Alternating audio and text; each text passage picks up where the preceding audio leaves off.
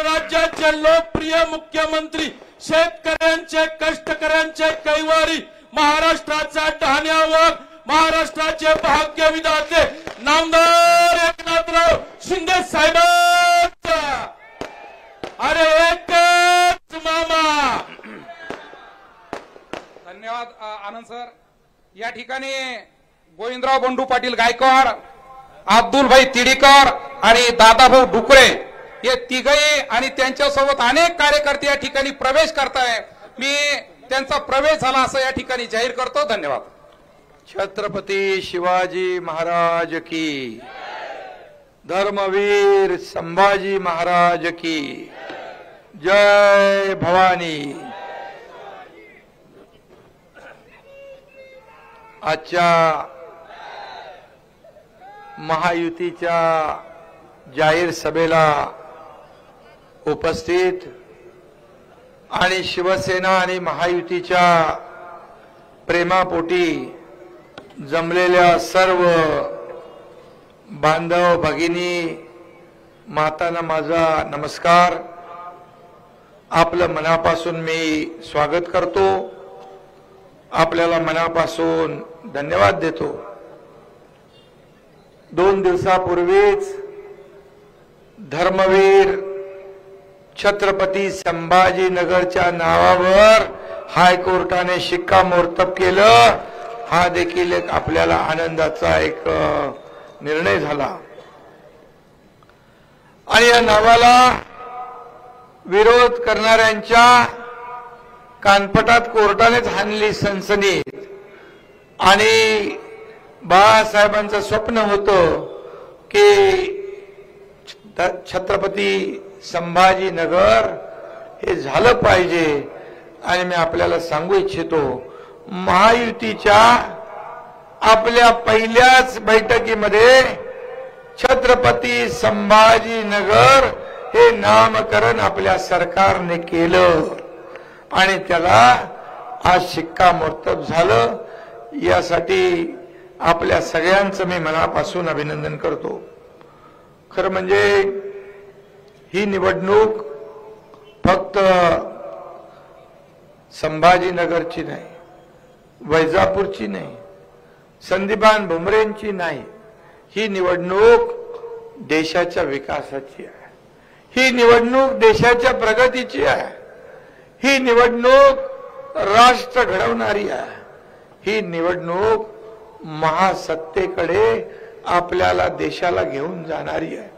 आणि म्हणून आज खऱ्या अर्थाने बाळासाहेबांचं जे स्वप्न होतं, बाळासाहेब नेहमी मुंबई ठाण्यानंतर या संभाजीनगरवर प्रेम करायचे।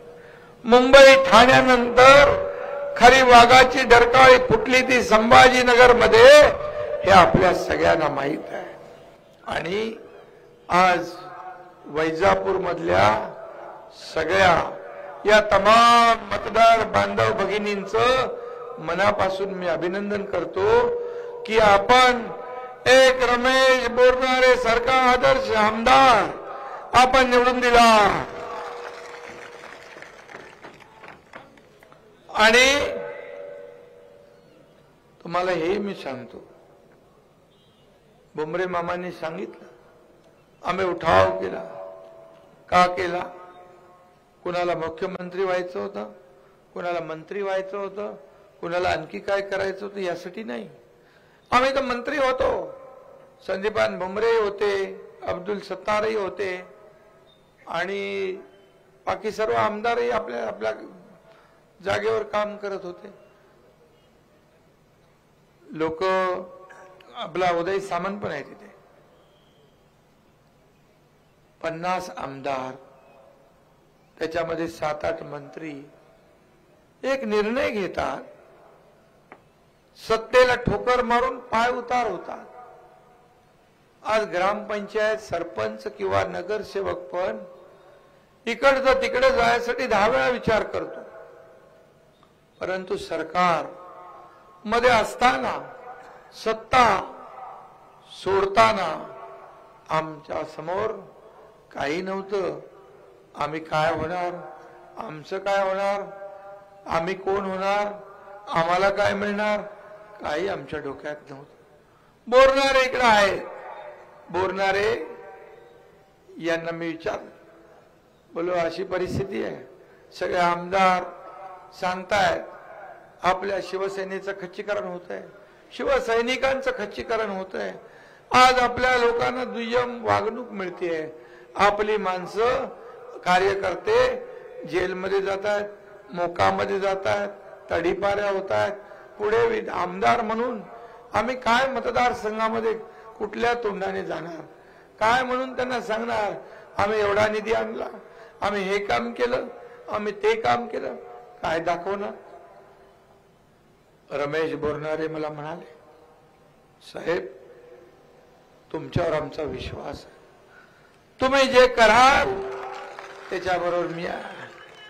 एकही शब्द त्यांनी मला विचारला नाही की कुठे चाललंय, काय करायचंय, काही नाही. या व्यासपीठावर बसलेले अब्दुल सत्तार आहेत, या व्यासपीठावर बसलेले उदय सामंत आहेत, या व्यासपीठावर बसलेले संजय शिरसाट आहेत, असे सर्व आमदार आणि मंत्री एवढी मोठी सत्ता सोडून सत्तेचा त्याग करतात.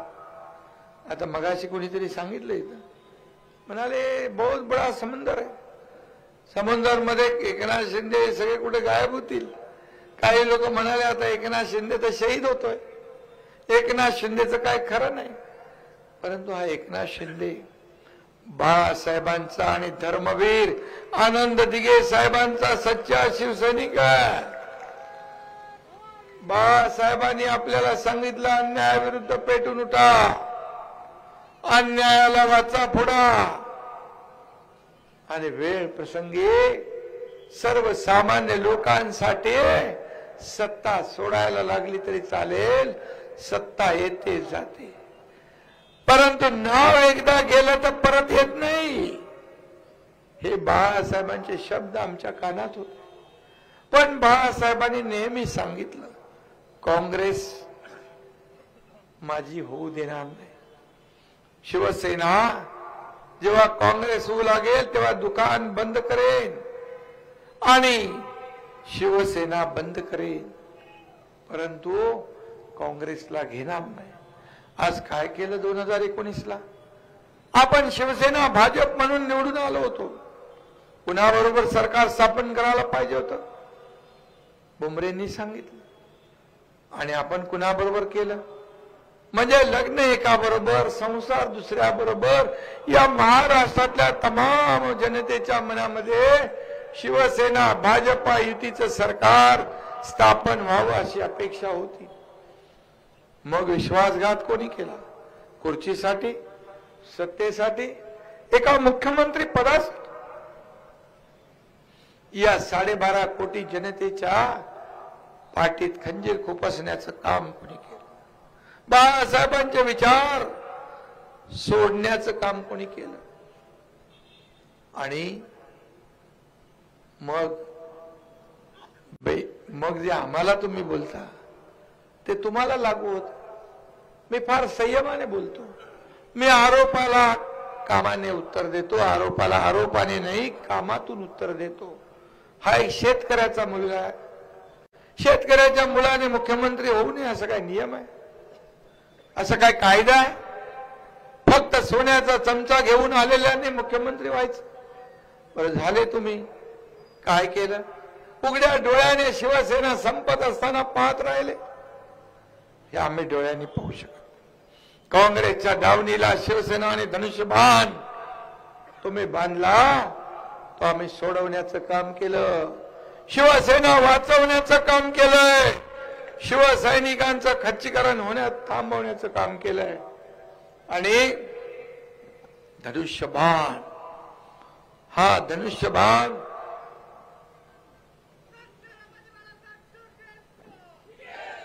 आवाज जरा माझा थोडा बसलाय भाषण करून. मोदीजींनी पण आज मला सांगितलं थोडं जरा आणि 10 दिवस आणखी आपल्याला करायचं आहे. मोदीजी या देशाचे प्रधानमंत्री, एका मुख्यमंत्री काय मी कार्यकर्ताच आहे, एका कार्यकर्त्याची अशी विचारपूस करतात, काळजी घेतात, असा प्रधानमंत्री या देशाला लाभलाय. या देशाला लाभलाय. आपला अभिमान आहे, आपला हा गर्व आहे.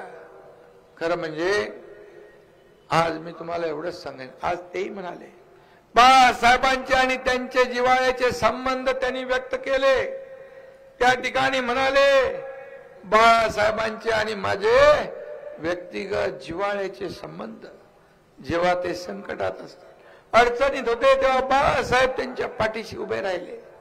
आणि आज बाळासाहेबांची शिवसेना आज काय करते? आज ज्या बाळासाहेबांनी काँग्रेसला दूर ठेवा म्हटलं, त्याच काँग्रेसला डोक्यावर घेण्याचं काम केलं.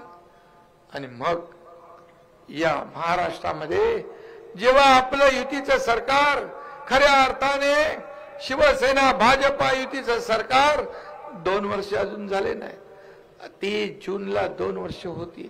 मला सांगा, 2 वर्षात किती निर्णय आपण घेतले? आज शेतकऱ्यांसाठी, कष्टकऱ्यांसाठी, महिला भगिनींसाठी, तरुणांसाठी, ज्येष्ठांसाठी आज आपण अनेक योजना सुरू केल्या. शेतकरी हा केंद्रबिंदू मानला. 6,000 रुपये केंद्राचे, 6,000 रुपये आपले. पीक विमा योजना 1 रुपयामध्ये. महिलांचं लेख लाडकी लखपती योजना केली. 50% सवलत एसटी मध्ये दिली. किती योजना वाचायला गेलो तर वेळ पुरणार नाही. आणि केंद्राने 10 वर्षामध्ये मोदीजींनी केलेलं काम, या माता भगिनींच्या जेव्हा चूल पेटवून डोळ्यात अश्रू यायचे, त्यावेळेस मोदीजींनी उज्ज्वला योजना केली, जनधन योजना केली, बेटी बढाओ बेटी पढाओ केली, लेख लखपती दीदी केली, ड्रोन दीदी केली. आता महिला बचत गटाला देखील आपण 15,000चे 30,000 केले. आज मुद्रा लोन वाढवलं. आज 10 लाखाचं 20 लाख आपण केलं. आज महिला बचत गट सक्षम झाले पाहिजे म्हणून केंद्र आणि राज्य सरकार योजना आखते. हे सरकारचं काम आहे. 2.5 वर्षात 2 वेळा, किती वेळा मंत्रालयात आले होते? मंत्रालयात किती वेळा आले? भुमरेंनी सांगितलं 2 का 4-5 वेळा आले. तुम्हाला बरोबर माहित आहे. आणि घरात बसून राज्य चालवता येतं. फेसबुक लाईव्ह करून राज्य चालवता येतं. उंटावरून शेळ्या आखता येतात. जमिनीवर यावं लागतं. आणि म्हणून हे सरकार जमिनीवर उतरून काम करणार आहे. शेतकऱ्यांच्या बांधावर जाऊन त्यांची विचारपूस करणार आहे. आतापर्यंत नुकसान भरपाई, अतिवृष्टी, अवकाळी, गारपीट 15,000 कोटी रुपये आपल्या सरकारने वाटले. आणि टोटल योजना मिळून 35,000 कोटी रुपये शेतकऱ्यांसाठी आपल्या सरकारने ठेवले. आकडा कोणी चौकशी करू शकतो, जाहीर आव्हाने म्हणून. शेतकऱ्यांच्या मागे उभं राहणार सरकार. आणि म्हणून मी आपल्याला एवढंच सांगतो, या देशामध्ये 2014 पूर्वी काय परिस्थिती होती? 2014 पूर्वी आपण किती भ्रष्टाचाराचे, घोटाळ्याचे आपण सगळ्या बातम्या वाचत होतो. चारा घोटाळा, कोळसा घोटाळा, स्कॉटलंड घोटाळा, काय काय काय कुठले घोटाळे. कोण चाऱ्यामध्ये काय खात होतं, कोणी त्याच्यात शेण खात होतं, कोणी काय खात होतं, सगळं खाऊन. पण 2014 नंतर या देशात एकही बॉम्बस्फोट करण्याची हिंमत झाली पाकिस्तानची. एकही भ्रष्टाचाराचा आरोप प्रधानमंत्री मोदीजींवर कुणाच करण्याचं धाडस झालं. असा बेदाग प्रधानमंत्री या आपल्या देशाला लाभलाय. आज त्यांच्यावर तुम्ही आरोप करता. आपण विदेशात जातो, तुम्ही तर इकडे आपल्या देशात मोदी मोदी म्हणून त्यांची क्रेज आहे. जगातला सगळ्यात लोकप्रिय प्रधानमंत्री कोण असेल तर त्याचं नाव आहे नरेंद्र मोदी. काय याचा गर्व नसावा? काय याचा अभिमान नसावा? देशाच्या प्रत्येक नागरिकाला असावं. पण इकडे राहुल गांधी विदेशात जाऊन देशाची बदनामी करतात. पाकिस्तानची बोली काँग्रेस बोलू लागले. प्रधानमंत्र्याची बदनामी तिकडे जाऊन करतात. इकडे राष्ट्रभक्ती, देशभक्ती, इकडे देशद्रोह. काय पाहिजे आपल्याला? देशभक्ती पाहिजे ना, राष्ट्रभक्ती पाहिजे ना. कट, कमिशन आणि करप्शन, करप्शन फर्स्ट. इकडे मोदीजींकडे नेशन फर्स्ट. पहिलं राष्ट्र सेवा, पहिली राष्ट्राचा विकास, देशाचा विकास. एकही दिवस 10 वर्षात त्यांनी सुट्टी न घेणारा प्रधानमंत्री, त्याचं नाव नरेंद्र मोदी. पूर्ण जीवन त्यांनी समर्पित देशासाठी केलं. त्यांना गाडण्याची भाषा करता हा हिम्मत तुमच्यामध्ये? त्यांची कबर खोदण्याची भाषा करता? तुम्ही मला सांगा, हे तुम्ही करू देणार? हे तुम्ही करू देणार? मग फिर एक बार, अब की बार आणि पहिली बार बुमरे खासदार. ऐरे गैरे नत्तू खैरे, ओनली बुमरे. जाऊ द्या, त्यांचं नाव घ्यायचं नाही. ते पुढ्या द्यायचे का? पुढ्या द्यायचे. आता ते काय काय करायला लागले ते भुमरे नानांनी मगाशी सांगितलंय, त्याच्यावर मी बोलू इच्छित नाही. आणि म्हणून तुम्ही आज पाकिस्तानची बोली बोलू लागलाय. खरं म्हणजे आज सच्चा मुसलमान, देशभक्त मुसलमान, आज अब्दुल कलाम, अब्दुल हमीद, आज सच्चा देशभक्त, आज जो मुस्लिम आहे, आज इथं जो राहतो, या मातीशी इमान करतो, या देशाशी इमान राखतो, त्याच्याशी आपलं काय वैर आहे? जो पाकिस्तानचं गुणगान गातो, बाळासाहेबांचं वैर त्याच्याशी होतं. आज अब्दुल सत्तार इथे आहेत, आपल्या मंत्रिमंडळात मंत्री आहेत. बाळासाहेबांनी जेव्हा मंत्रिमंडळ केलं मनोहर जोशींचं, तेव्हा साबिर शेख त्या मंडळात मंत्री होते. हे आपलं हिंदुत्व आणि आपला विकासाचा अजेंडा घेऊन आपण चाललोय. आज मला सांगा, आज आपला विकास चालू होता. आज देशामध्ये 10 वर्षात देशाला आर्थिक महासत्ता बनवण्याचं काम मोदीजी करतायत. म्हणून अजितदादा पवार देखील आपल्या सोबत आले. या राज्यात विकासाचं काम पाहून त्यांनी पाठिंबा दिला. आज मोदीजींचं काम बघून मनसेने पाठिंबा दिला. आठवले आरपीआय गट आपल्या सोबतच आहेत, कवाडे गट आहेत, आणखी किती आहेत आपल्या बरोबर, अनेक लोक आहेत. अनेक लोकांचा पाठिंबा मिळतोय. याचं कारण एवढंच आहे, देशात आणि राज्यात डबल इंजिनचं सरकार काम करत आहे. 2 वर्षामध्ये घेतलेले निर्णय फक्त तुम्ही चाळा वाचा. त्या निर्णयामध्ये एकही घटक आपण सोडला नाही. आणि म्हणून त्यांच्या पायाखालची वाळू सरकली आहे. महायुती जिंकणार आहे, परंतु महायुती जिंकणार आहे म्हणून त्यांच्या छातीत धडकी भरली आहे.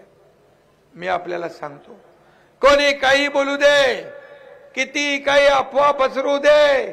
आता अफवा पसरवतात की ही सीट आपली टफ आहे, ती सीट येणार नाही, ती जागा येणार नाही. मी आपल्याला सांगतो, मी राज्यात सगळीकडे फिरलोय.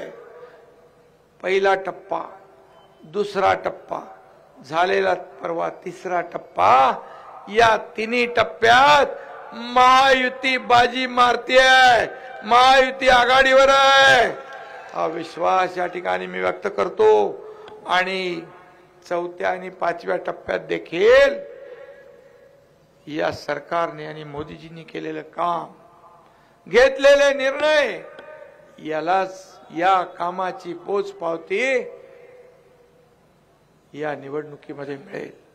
मला सांगा, घरी बसलेल्या मतदान करतो? घरी बसलेल्यांना कोणी करतो मतदान? घरी बसलेल्या काय करतात? घरीच बसवतात. अनुभव बुमरेंनी सांगितले, अनुभव बोरणाऱ्यांनी सांगितले. आणि म्हणून या निवडणुकीमध्ये आपल्याला मोठा विचार करायचा आहे. माझ्या माता भगिनी इकडे बसल्या आहेत. आज मी आपल्याला सांगतो, मोदीजींनी देखील आज सकाळच्या भाषण सभेत सांगितलं, माता भगिनींसाठी मोदीजींनी केलेल्या योजना. मला सांगा, येत्या निवडणुकीमध्ये आपण जे घेतलेले निर्णय आपल्यासाठी आहेत ते आपल्याला लक्षात ठेवायचे आहे. मला सांगा, त्यांचाच निरोप आहे. गावागावात जाऊन सांगा, गावागावातल्या बांधवांना भगिनींना सांगा, मोदीजी आले होते, मोदीजींनी नमस्कार पाठवलाय, मोदीजींनी नमस्कार पाठवलाय. आणि मोदीजींनी एकच काम सांगितलंय की सकाळी 7 वाजता उठून आपलं मतदान सुरू करा, आपल्या कुटुंबाचं मतदान करा. आणि खास करून महिला भगिनींना विनंती आहे, मोदीजींनी देखील विनंती केली. मला सांगा, नवीन संसद भवनामध्ये पहिला निर्णय दिल्लीच्या संसद भवनात काय घेतला कराड साहेब?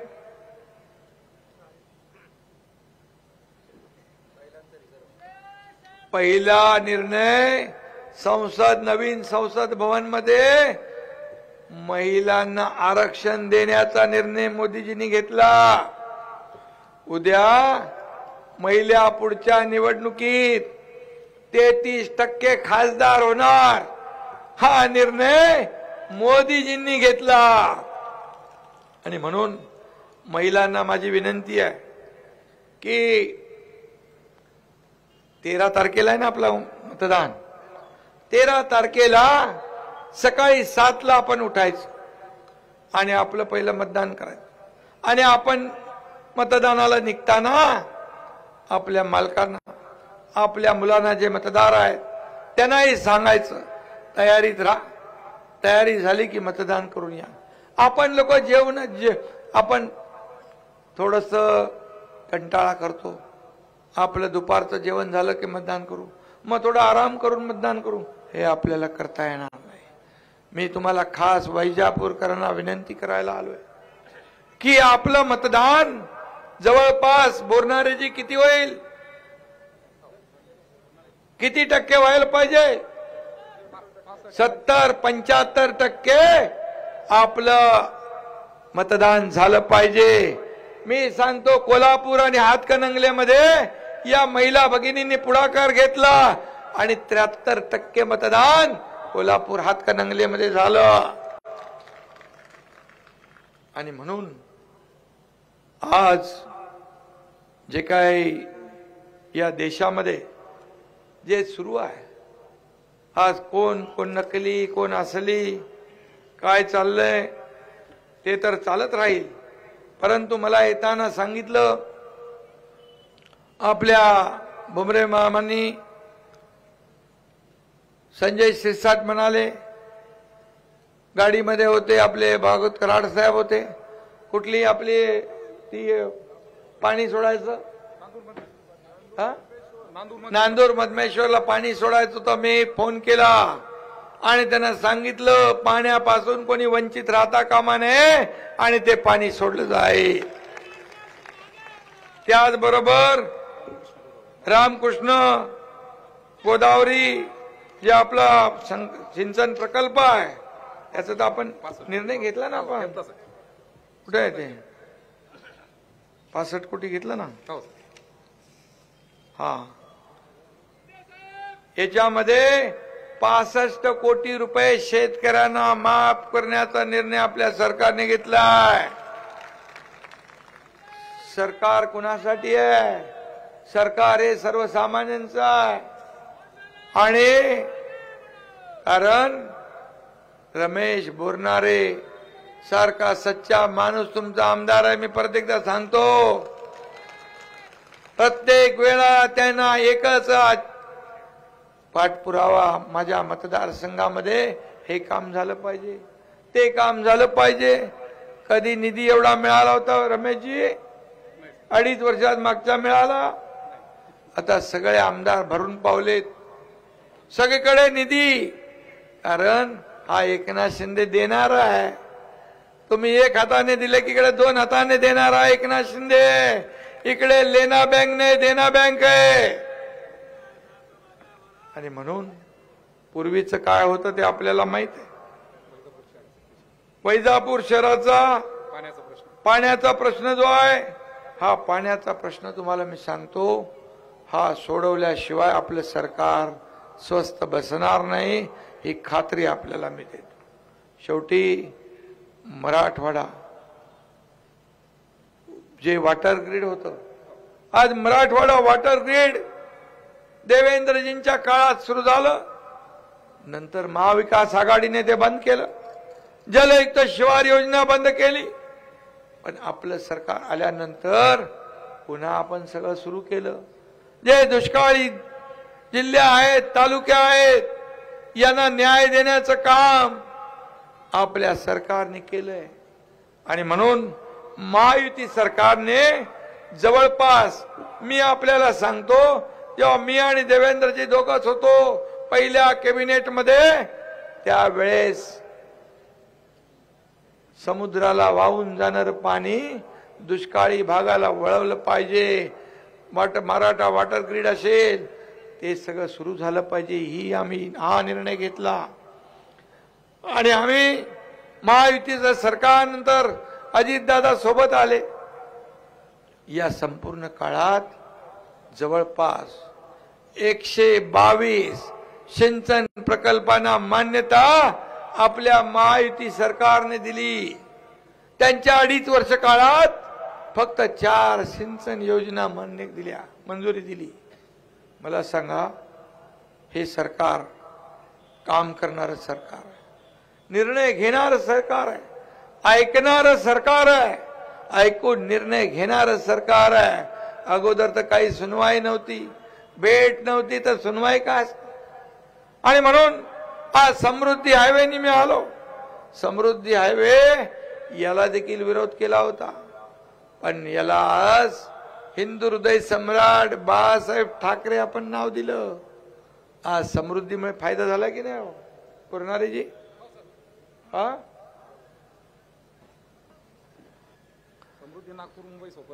समृद्धीमुळे नागपूर मुंबई सोपं झालंय ना, फायदा झालाय. आणखी काय करायचं ते सांगा, तेही करू आपण. हे सरकार तुमचं आहे. आणि अनेक लोकांच्या भावना समृद्धीबद्दल, कारण समृद्धीला अगोदर विरोध केला, म्हणाले शेतकऱ्यांचं नुकसान होईल. शेतकऱ्यांना 5 पट मोबदला आपल्या सरकारने देऊन एक ऐतिहासिक निर्णय आपण घेतला. आज बघा, शिर्डीला जायचं आपण झटकन जाऊ शकतो, मुंबईला जायचं आपण किती कमी वेळात जाऊ शकतो. आणि अशा प्रकारचा प्रकल्प करायला देखील हिंमत लागते. आणि समृद्धी हायवे, अटल सेतू, त्याचबरोबर मुंबईतले काही प्रकल्प, हे मोदीजींच्या हस्ते आपण त्याचं उद्घाटन केलं. मोदीजींनी याचं भूमिपूजन केलं होतं. बघा, योगायोग, कारण मोदीजींच्याच हस्ते त्याचं उद्घाटन होणार होतं. म्हणून सरकार पलटी झालं. टांगा पलटी, घोडे फरार. कारण मोदीजींच्या हस्ते व्हायचं होतं. आज आपण अनेक निर्णय घेतोय. त्याला या राज्यात 1.5 लाखाची महात्मा ज्योतिबा फुले योजना आपण 5 लाख केली. आता त्याच्यामध्ये काही अटी शर्ती नाहीत. 12.5 कोटी जनतेला त्या योजनांचा फायदा मिळेल. 5 लाखापर्यंत उपचार तुम्हाला मोफत आहे. याच्यामध्ये सगळे आहे, सगळ्या जाती धर्माचे लोक, त्याच्यामध्ये कुठलंही बंधन नाही. त्याचबरोबर मोदी साहेबांनी आयुष्मान भारत योजना केली, त्याच्यामध्ये 5 लाखापर्यंतची योजना. त्याच्यामध्ये सर्व जातीपातींना त्याच्यामध्ये लाभ घेता येतो. गरिबी हटाव, गरिबी हटाव. काँग्रेसने म्हटलं गरिबी हटली, गरीब हटला, गरिबी नाही हटली. आणि म्हणून गरिबी हटवण्याचं काम 25-30 कोटी लोकांना दारिद्र्य रेषेच्या वर काढण्याचं काम मोदी सरकारने केलं. 80 कोटी लोकांना पुढचे 5 वर्ष मोफत राशन देण्याचा निर्णय मोदीजींनी घेतला. ते सगळ्यांना लागू आहे. त्याच्यामध्ये सर्व जाती धर्माला ही योजना लागू आहे. आणि म्हणून आज जे काय सुरू आहे, आज आपण पाहतो कुठलं हे रमेशजी, गोदावरी नदीवर देवगाव शनी येथे उच्च पातळी बंधाऱ्याला देखील आपण मान्यता दिली आहे. 17 सप्टेंबरला निर्णय झालाय, त्याची अंमलबजावणी होईल. हे सरकारचं काम आहे. तुम्हाला किती निधी मिळाला आतापर्यंत? हा, अरे सांगा तरी, आकडा लिमिट नाही म्हणतात.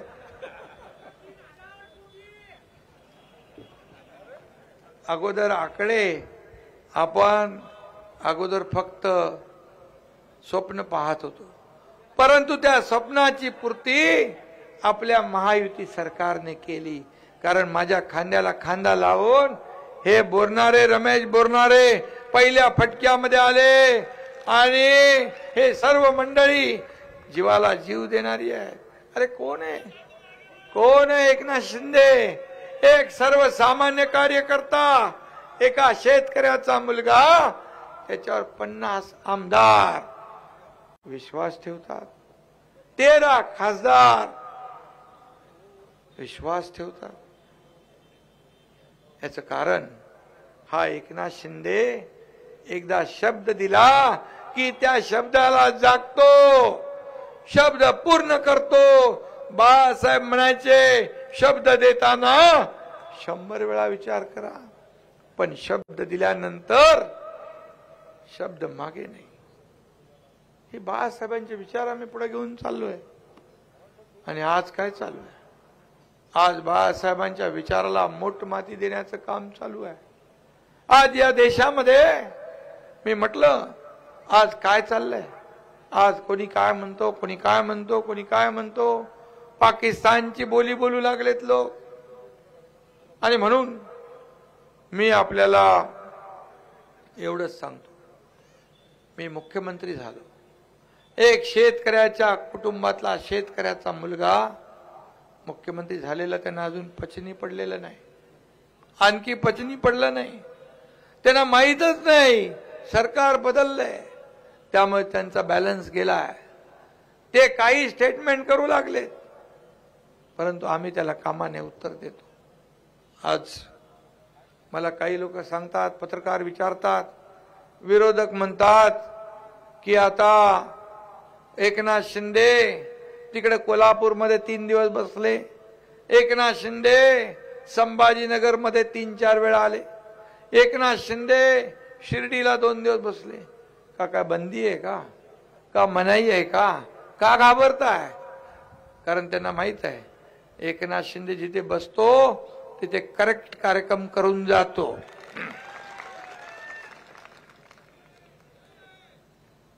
आणि म्हणून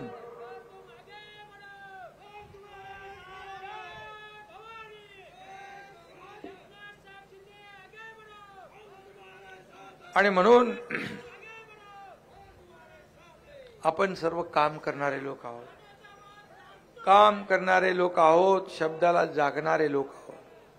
आणि म्हणून या ठिकाणी जे काही अफवा पसरवत आहेत, आपण सावध राहा. नवीन एक आणलंय, संविधान बदलणार म्हणून, संविधान बदलणार म्हणून चर्चा सुरू आहे. मला सांगा, मी तुम्हाला विचारतो, डॉक्टर बाबासाहेब आंबेडकरांच्या या घटनेमुळे, या पवित्र घटनेमुळे एक सर्वसामान्य कुटुंबातला नरेंद्र मोदीजींसारखा माणूस या देशाचा प्रधानमंत्री झाला. हे मोदीजींनी स्वतः सांगितलं. राम मंदिर कोणी बांधलं? मोदीजींनी बांधलं. मगाशी मी म्हटलो 370 कोणी कलम हटवलं? मोदीजींनी हटवलं. कुणाचं स्वप्न होतं? आपल्या सगळ्यांचं, बाळासाहेबांचं स्वप्न होतं. मग संविधान बदलणार, संविधान बदलणार अशा प्रकारची अफवा सुरू आहे. मला सांगा, बाबासाहेबांचा पराभव कुणी केला? बाबासाहेबांचा निवडणुकीमध्ये पराभव कुणी केला? तर काँग्रेसने केला. बाबासाहेबांचा अपमान अनेक वेळा काँग्रेसने केला.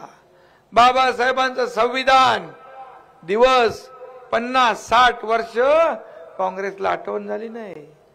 पण बाबासाहेबांचा संविधान दिन मोदीजींनी 2015 पासून सुरू केला. आज लंडन मधलं त्यांचं वास्तव्याचं ठिकाण स्मारक बनवलं. दिल्लीतलं वास्तव्य त्याचं स्मारक केलं. मुंबईमध्ये इंदू मिल मध्ये भव्य असं बाबासाहेबांचं स्मारक जगाला हेवा वाटावा असं आपण करतोय. आणि ह्या अफवा, म्हणून तुम्हाला मी सांगतो की या अफवांवर आपण त्याचं खंडन केलं पाहिजे आणि त्यांना सांगितलं पाहिजे हे जे काही चर्चा चालू आहे याचं कारण आपल्या पायाखालची वाळू सरकली आहे त्यांच्या. आणि मी आपल्याला सांगतो, बाबासाहेबांनी एवढं देशासाठी काम केलंय. या दलित, शोषित, पीडित माणसाला मुख्य प्रवाहात आणलं. आणि म्हणून जब तक सूरज चांद रहेगा बाबा साहेब का संविधान नहीं बदलेगा असं स्वतः मोदी साहेब म्हणाले. आणि म्हणून आपल्याला बघा, एक संदीपान भुमरे सर्वसामान्य कार्यकर्ता आज MREGच्या माध्यमातून त्यांनी आज भाषण भरपूर केलं तिकडे संभाजीनगरमध्ये. इथं थोडा वेळ कमी. संत एकनाथ सभागृहामध्ये भुमरे एवढं बोलतात ते पहिल्यांदा मला कळलं. चौकार षटकार ठोकले त्यांनी. बोले अगोदर मला त्यांना मंत्रीपद देताना त्या काळात तत्कालीन प्रमुखांनी फार विरोध केला. बोले काय मंत्रीपदाचा लायक माणूस आहे का? बोले काय त्याच्यामध्ये खोटी आहे का? 5 वेळा निवडून आलाय. ग्रामपंचायती, बाजार, काय काय मार्केट कमिटी सगळं त्यांचंच आहे. एक हाती त्यांची सत्ता आहे. तुम्ही 2-2, 3-3 वेळा निवडून आल्याला मंत्री बनवले. याला का नाही बनवत? याला का नाही बनवत? मंत्री बनवल्यानंतर आज MREGच्या माध्यमातून त्यांनी गावागावामध्ये विकास करण्याचा प्रयत्न केलेला आहे. एक सर्वसामान्य शेतकरी कुटुंबातला कार्यकर्ता तुमच्या समोर आम्ही दिला आहे. आणि म्हणून आज हा आपला हक्काचा खासदार आहे. हक्काचा आपला संदीपान भुमरे तिकडे काय म्हणत होते? काय एकच मामा? काय इकडे नाही का ते?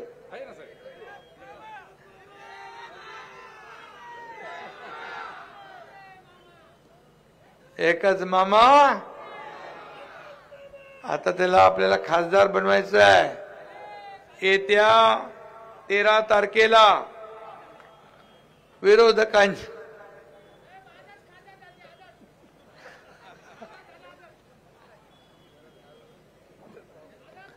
येत्या 13 तारखेला विरोधकांचे 12 वाजवायचे आहेत ना. मग आपल्याला ज्याला कधी तुम्ही बोलवू शकता, त्यांनी मगाशी म्हटलं तिथे हात दाखव आणि गाडी थांबव असा माणूस कधी आता मंत्री असला तरी सगळ्यांना सोबत घेऊन जाणार आहे. काय स्वतःला मंत्री समजत नाही. जसा एकनाथ शिंदे आजही मुख्यमंत्री असला तरी सुद्धा कार्यकर्ता म्हणून काम करतोय. कालही करत होता, आजही आणि उद्याही कार्यकर्ता म्हणून काम करणार. आणि असा कार्यकर्ता तुम्हाला आम्ही दिला. मला सांगा, कर्तृत्वाच्या जोरावर, कामाच्या जोरावर उद्या तुमच्यातला एखादा कार्यकर्ता एखादा नेता झाला आणि तो जर इथं येऊन उद्या मुख्यमंत्री म्हणून भाषण करू लागला तर सगळ्यात जास्त आनंद या एकनाथ शिंदेला होईल. ही आमची भूमिका आहे, ही आमची भूमिका आहे. आणि बाळासाहेबांची तीच भूमिका होती. सर्वसामान्य माणसाला, सर्वसामान्य कार्यकर्त्याला मोठं करायचं. हे सर्व लोक, आम्ही लोक कोण? बुमरे कुठं होते, काय काम करत होते? कामाशी प्रामाणिक होते. परंतु कोणी काय काम करावं, कोणी टपरीवाला, कोणी रिक्षावाला, कोणी भाजीवाला, कोणी वॉचमॅन, असं हिणवणं हे बाळासाहेबांनी कधी केलं नाही. घरादारावर तुळशी पत्र ठेवून या ठिकाणी या सर्व व्यासपीठावरच्या लोकांनी शिवसेना मोठी केली. या शिवसेनेमध्ये कोणी मालक नाही, नोकर नाही. बाळासाहेब आपल्या सहकार्यांना सवंगडी समजायचे, पण हे आपल्या सहकार्यांना घरगडी समजतात, मालक आणि नोकर समजतात. एकच उदाहरण मी आपल्याला देतो. जेव्हा आपलं सरकार झालं आणि जेव्हा दिल्लीला बैठक होती, आपले 25 राज्यामध्ये शिवसेना आहे.